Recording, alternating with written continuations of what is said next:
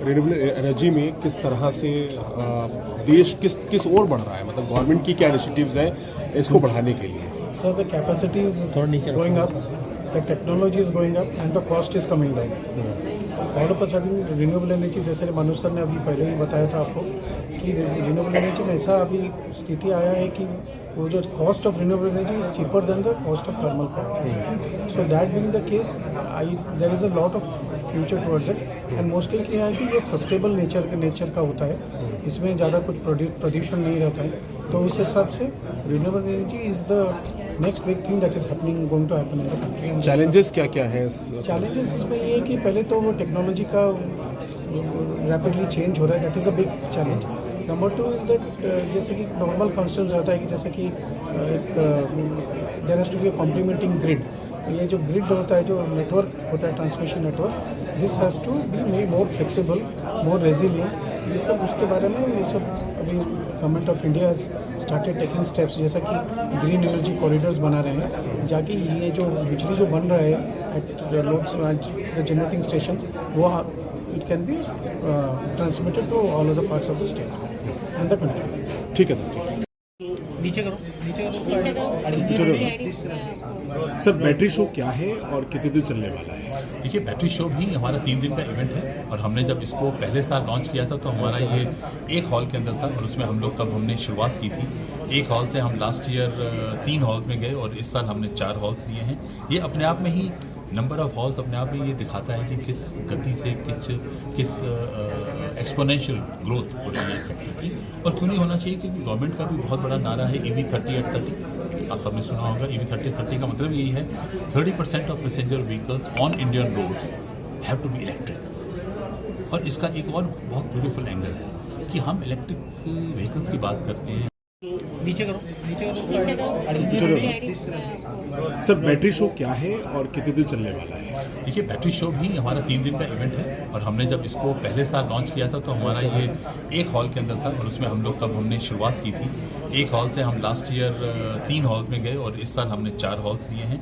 ये अपने आप में ही नंबर ऑफ़ हॉल्स अपने आप में ये दिखाता है कि किस गति से किस एक्सपोनेंशियल ग्रोथ हो रही है सेक्टर की.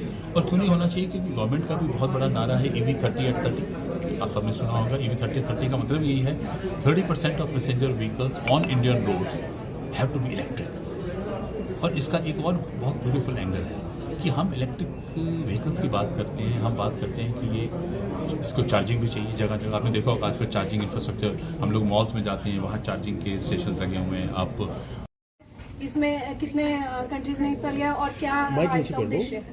सो ये हमारा 18th year of the show है, रिन्यूएबल एनर्जी शो. ये दर-बदर बढ़ रहा है every year, it's been increasing. और ये साल आईडी थोड़ी नीचे करो. अगर दोनों शो, बैटरी शो और रिन्यूएबल शो मिला के 1100 से ज़्यादा एग्जिबिटर्स आए हुए हैं ये शो में और पार्टिसिपेशन फ्रॉम ओवर 40 कंट्रीज़ है.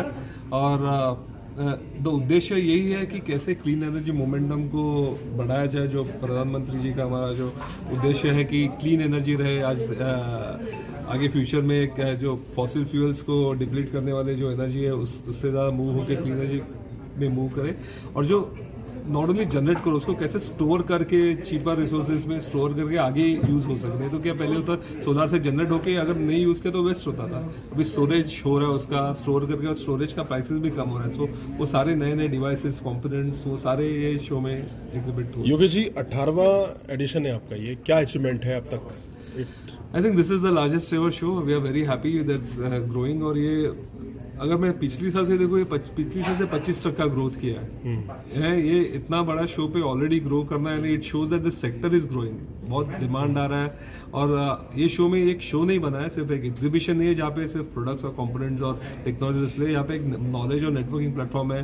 गवर्नमेंट अपने तरीके से आती है, नॉलेज डिस्कशंस होते हैं, हम लोग अलग अलग इन्वेस्टर जोन्स के. सो हम लोग ने बहुत कुछ किया हर एक एलिमेंट को कवर करने के लिए शो.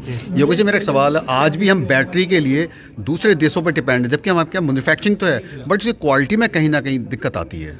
आई थिंक ये हम one of the late starters है ये सेक्टर में. Germany and all the countries are way ahead in this, because उन्होंने पहले इवॉल्व किया था. बट अभी हमारे यहाँ पे नई मैन्युफैक्चरिंग आ रही है जिससे हमारे यहाँ पे वो हिसाब से बनना चालू हो गया. सो आई थिंक अब 5 साल में देखो India will be really super power in this क्योंकि कहीं ना कहीं जब मैन्युफैक्चरिंग इंडिया में ही होगी बैटरी की तो कॉस्ट में बहुत फ़र्क आएगा। डेफिनेटली होगा। अभी क्या फिलहाल असेंबल हो रहा है, अभी वो मैन्युफैक्चरिंग भी होने चालू हुए हैं उसके कंपोनेंट्स। आम आदमी से चैलेंजेस क्या है रिन्यूएबल एनर्जी के क्षेत्र में? चैलेंजेस तो अभी देखा जाए तो देयर इज डिमांड को मीट करने के लिए देयर इज नाउ, अगर आप फर्स्ट ऑफ ऑल एलएमएम आ गए। इनिशियली क्या हम लोग बहुत डिपेंड है इंपोर्ट्स पे।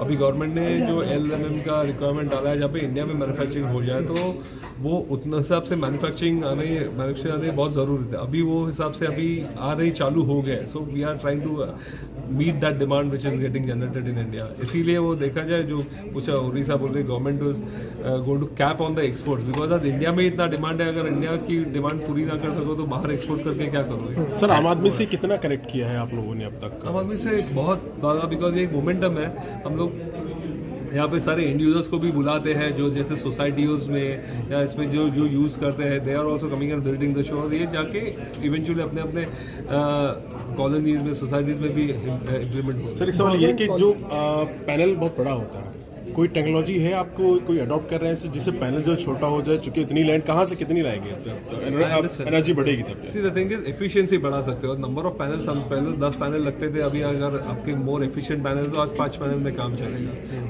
पैनल का साइज तो वैसे ही रहता है, but only thing is panels are getting more efficient, power generation is increasing, wastage is reducing, battery storage is coming in. So आज पैनल 10 पैनल लेके आप आज रात को क्या करोगे? तो अभी स्टोरेज का भी अगर इक्विपमेंट लोगे तो रात को भी आपको पावर मिलेगी।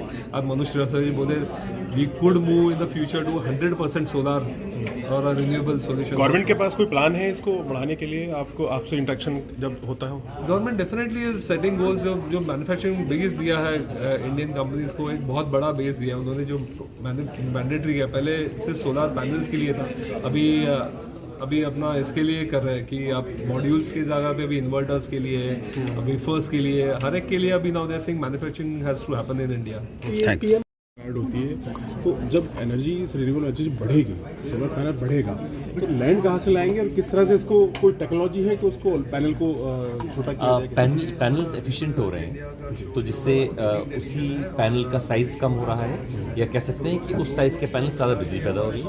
उसके अलावा जो और टेक्नोलॉजीज़ हैं, एग्री पीवी का एक आ रहा है कि नीचे इसमें खेती होगी और उसके ऊपर उसे पैनल लगाया सकते हैं। उसके अलावा पानी पे प्रोजेक्ट्स हमारे मध्य प्रदेश में एक 278 मेगावाट का प्रोजेक्ट एक ऑलरेडी चल रहा है, जिसमें कि पानी के ऊपर पैनल्स लगाए गए। कोई टेक्नोलॉजी है गवर्नमेंट के पास, कोई अडॉप्ट कर रही है विदेश से कोई, कि जिससे कि और पैनल को और छोटा किया जा सके? लगातार काम चल रहा है,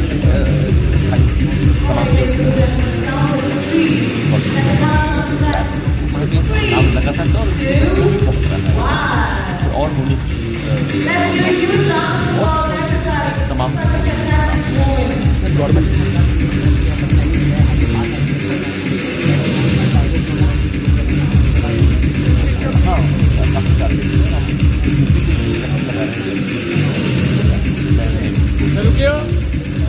ठीक है।